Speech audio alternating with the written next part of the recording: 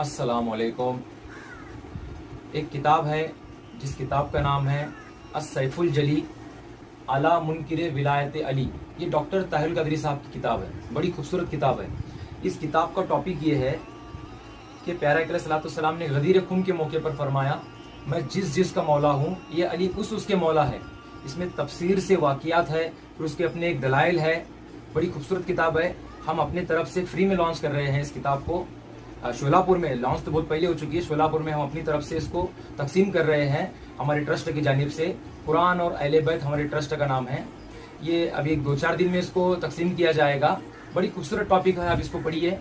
फिर एक क्योंकि मैं ये हदीस पढ़ रहा था फ़ज़ाइल सहाबा में, बहुत दिल को छू गई हदीस सुन करके, बहुत खुशी हो गई कि प्यारा अलैहिस्सलाम ने फरमाया, फ़ज़ाइल सहाबा हज़रत जाबिर बिन अब्दुल्ला से रिवायत है कि रसूलुल्लाह सल्लल्लाहु अलैहि वसल्लम ने इरशाद फरमाया, ज़मीन व आसमान की तख्लीक से 2000 साल पहले जन्नत के दरवाजे पर यह लिखा जा चुका था कि मोहम्मद अल्लाह के रसूल हैं और अली उनके भाई हैं। जन्नत के दरवाजे पर मौला अली का नाम लिखा गया हुआ है।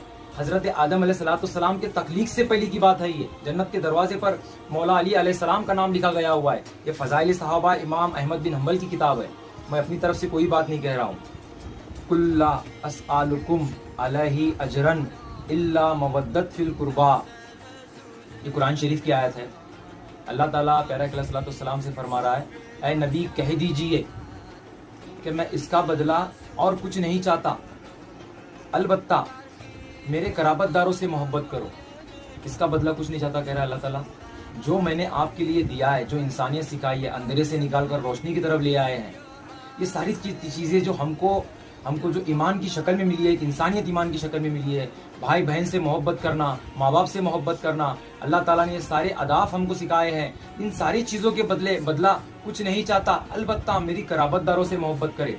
कराबतदारों से मुराद, सहाबा कराम ने पूछा, या रसूलल्लाह कराबतदारों से मुराद कौन है?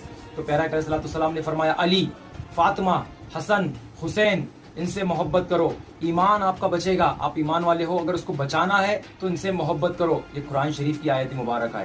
ये देखिए फ़ज़ाइल सहाबा है, इसमें वो पहले वाली भी हदीस दी गई हुई है। तो इनकी मोहब्बत हम पर फर्ज है, हमें चाहिए। तो लोग जो है ये सारी चीज़ें पूछेंगे कि ये सब चीज़ों की अब क्या ज़रूरत है, नमाज पढ़ो, रोज़ा रखो, ये सारी चीज़ें करो, इनकी ज़रूरत क्या है? हम सब लोग मोहब्बत करते हैं ना, बेशक आप मोहब्बत करते हैं, मगर अल्लाह ताला फरमा रहा है, अल्लाह ताला कहता है कि मेरी कराबतदारों से मोहब्बत करो, मवद्दत करो, टूट कर मोहब्बत करो। तो ये उनके जब गदीर खूम आता है, जब हम खुशी मनाते हैं, ये अल्लाह ताला जो फरमा रहा है ना, इनसे मोहब्बत करो, ये उसी में आता है, उसी में शामिल होता है। सिर्फ काफ़ी नहीं है हम उनसे मोहब्बत करते हैं, इतना काफ़ी नहीं है, प्रैक्टिकली मोहब्बत करके दिखाना पड़ता है। 13 रजब आती है, हज़रत अली की विलादत आती है, जब उनकी पैदाइश आती है, उस वक्त खुशी मनाना चाहिए हमें। तो ये मोहब्बत करने का एक तरीका होता है।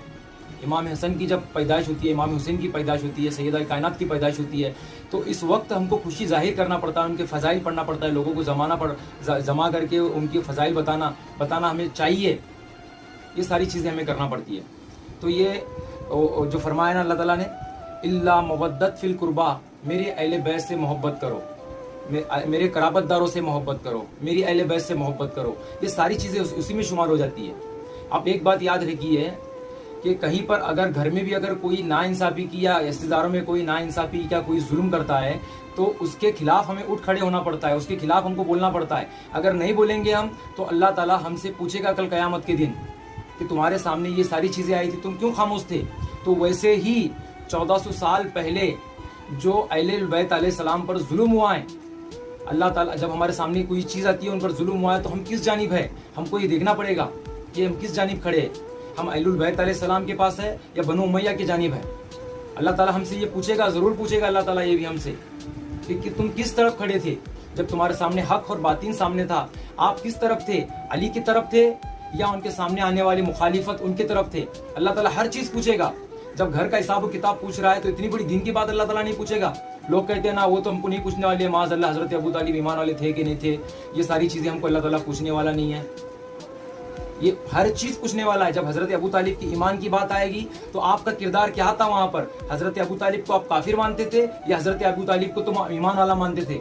اللہ تعالیٰ پوچھے گا, یہ بھی پوچھے گا, آپ کے سامنے یہ چیز آئی تھی, آپ کو وہاں پر انصاف کرنا تھا, آپ کو دل میں ماننا تھا, آپ کیا مانو گے؟ اللہ تعالیٰ ہر چیز تفصیل سے پوچھے گا, ہر چیز پوچھے گا.